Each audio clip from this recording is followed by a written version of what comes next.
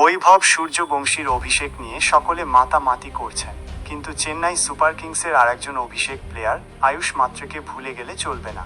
গত শনিবার চেন্নাই সুপার কিংসের হয়ে অভিষেক করেছেন আয়ুষ মাত্রে। শনিবার আইপিএলে অভিষেক হয়েছিল 14 বছরের বৈভব সূর্যবংশীর। রবিবার অভিষেক হল 17 বছরের আয়ুষ মাত্রের। ঘরের মাঠে খেলতে নেমেছিলেন তিনি। মুম্বই ইন্ডিয়ান্স বনাম চেন্নাই সুপার কিংসের ম্যাচে কেন্দ্রীয় চরিত্র হয়ে গেলেন সেই আয়ুষই। রোহিত শর্মার দাপটে মুম্বই ম্যাচ জিতল 9 উইকেটে। আয়ুষের ঘরের মাঠ মুম্বই, সেই দলের হয়েই ঘরোয়া ক্রিকেট খেলেন তিনি। আইপিএলে যদিও তাকে নিয়েছে চেন্নাই সুপার কিংস, চোটের কারণে বাদ যাওয়া ঋতুরাজ গায়কোয়াড়ের পরিবর্তে আয়ুষকে দলে নিয়েছে তারা। প্রথম ম্যাচেই বুঝিয়ে দিলেন কেন ট্রায়ালে মহেন্দ্র সিংহ ধোনির নজর কেড়েছিলেন আয়ুষ। রবিবার শুরুতেই বাঁহাতি অশ্বিনী কুমারকে সামনে পেয়েছিলেন তিনি। সেই ওভারে একটি 4 এবং 2টি ছক্কা মারেন আয়ুষ। এরপর দীপক চহরের ওভারেও বাউন্ডারি মারেন। 4 ওভার ছিলেন মাঠে, তাতেই নিজের জাত চিনিয়ে গেলেন আয়ুষ। ঘরোয়া ক্রিকেটে এই মরশুমেই অভিষেক হয়েছে আয়ুষের। ইরানি কাপে মুম্বইয়ের হয়ে খেলতে নেমেছিলেন অবশিষ্ট ভারতের বিরুদ্ধে।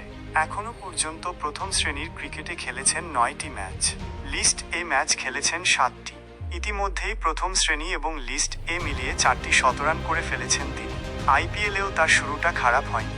আগামী দিনে যদিও 15 বল খেলে আউট হয়ে গেলে হবে না। ঋতুরাজের জায়গায় নিজের নাম পাকা করতে হলে আরও বড় ইনিংস খেলতে হবে আয়ুষকে। রবিবার আয়ুষ নামার আগে 19 বলে 16 রান করেছিল চেন্নাই।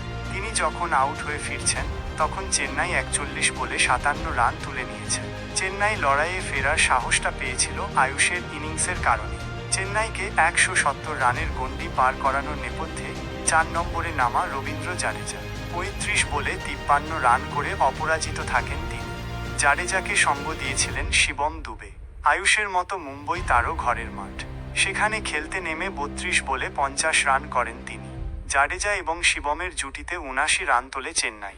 শেষ বেলায় বড় শট খেলে জাডেজা দলকে লড়াই করার মতো জায়গা করে দিয়েছিলেন, তাতে যদিও শেষ রক্ষা হয়নি।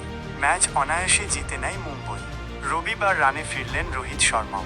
এতদিন রান পাচ্ছিলেন না তিনি। রবিবার চেন্নাইয়ের বিরুদ্ধে শুরু থেকেই আগ্রাসী ব্যাটিং করলেন ভারত অধিনায়ক। তার দাপটের লাইন লেংথ ছন্নছাড়া হয়ে গেল খলিল আহমেদদের। 176 রান নিয়ে ওয়াংখেড়ের মাঠে লড়াই করা কঠিন ছিল। রোহিত 76 রানে অপরাজিত, সূর্যকুমার যাদবদের 68 রানে অপরাজিত। ব্যাট চলতে শুরু করলে যা আরও সহজ হয়ে যায়।